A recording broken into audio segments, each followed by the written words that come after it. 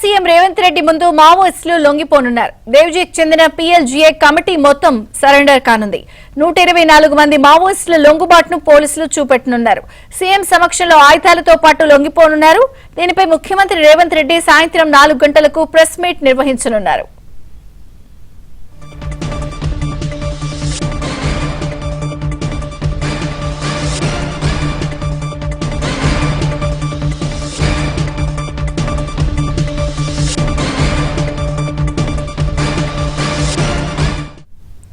Telangana CM Revanth Reddy ముందు మావోయిస్టులు లొంగిపోనున్నారు. ఈ రోజు సాయంత్రం 4 గంటలకు కూడా సీఎం ఈ అంశానికి సంబంధించిన ప్రెస్ మీట్ కూడా పెడతారు. పూర్తి అప్డేట్స్ ప్రవీణ్ అందిస్తారు. ప్రవీణ్, ప్రస్తుతం తెలంగాణ పోలీసుల ముందు, SIB అధికారుల ముందు దాదాపు 124 మందికి పైగా మావోయిస్టులు లొంగుబాటు గురయ్యారనేది మనకు సమాచారం. ఈ రోజు సాయంత్రం 4 గంటలకు సీఎం రేవంత్ రెడ్డి మీడియా సమావేశం పెట్టి మీడియా సమావేశంలో వివరాలు వెల్లడించేటువంటి అవకాశం అయితే కనపడుతుంది.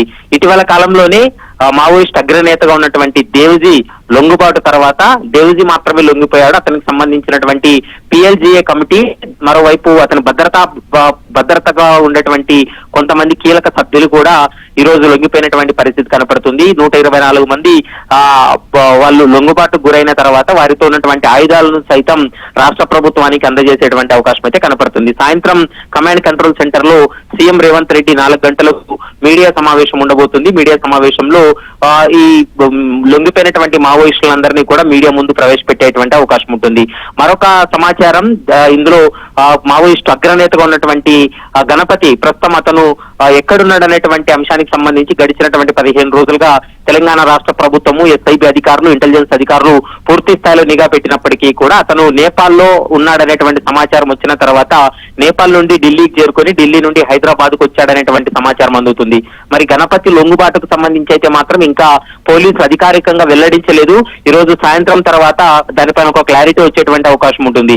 ఈ 24 మందితో పాటు గణపతిని లొంగుబాటును చూపిస్తారా, లేకపోతే కేవలం ఈ 124 మెంబర్స్ మావోయిస్టులను మాత్రమే చూపిస్తారా అనేది మాత్రం కొంత సమాచారం రావాల్సి ఉంది. మధ్యాహ్నం సాయంత్రం 4 గంటలకు కమాండ్ కంట్రోల్ సెంటర్ లో మీడియా సమావేశం పెట్టి వివరాలు కూడా వెల్లడించేటువంటి అవకాశం ఉంటుంది. 124 మంది మావోయిస్టులతో పాటు 100కు పైగా వెపన్స్ ను కూడా, ఆయుధాలను సైతం పోలీసులు కూడా సరెండర్ చేసేటువంటి అవకాశం అయితే స్పష్టంగా కనిపిస్తుంది.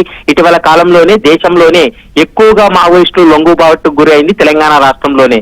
తెలంగాణ రాష్ట్రం పోలీసులు కావచ్చు, తెలంగాణ రాష్ట్ర ప్రభుత్వం మావోయిస్టుల పైన కొంత సానుభూతి వ్యక్తం చేయడం, మరోవైపు తెలంగాణ రాష్ట్రానికి సంబంధించినటువంటి వ్యక్తులే ఎక్కువగా అగ్రనేతలుగా ఉండడం, కేంద్ర కమిటీలు కావచ్చు, స్టేట్ కమిటీలో వాళ్ళ పాత్ర చాలా కీలకంగా ఉండడంతో వారితోటి ఆ కమిటీలు కూడా ఛత్తీస్గఢ్ కావచ్చు, మహారాష్ట్ర, మరోవైపు ఒరిస్సాకు సంబంధించినటువంటి మావోయిస్టులు సైతం వాళ్ళకి హెడ్ గా ఉన్నటువంటి నాయకుడితో పాటు తెలంగాణ పోలీసుల ముందు లొంగిపోయినటువంటి స్థితి కనపడుతుంది. కాబట్టి ఈ రోజు లొంగుబాటు తర్వాత చాలా కీలక పరిణామాలు చోటు చేసుకునేటువంటి అవకాశం అయితే కనపడుతుంది. దేవ్జీకి సంబంధించినటువంటి కమిటీ మొత్తం పోలీసుల ముందు లొంగిపోయేటువంటి అవకాశం అయితే కనిపిస్తుంది. విజయ చంద్రిక.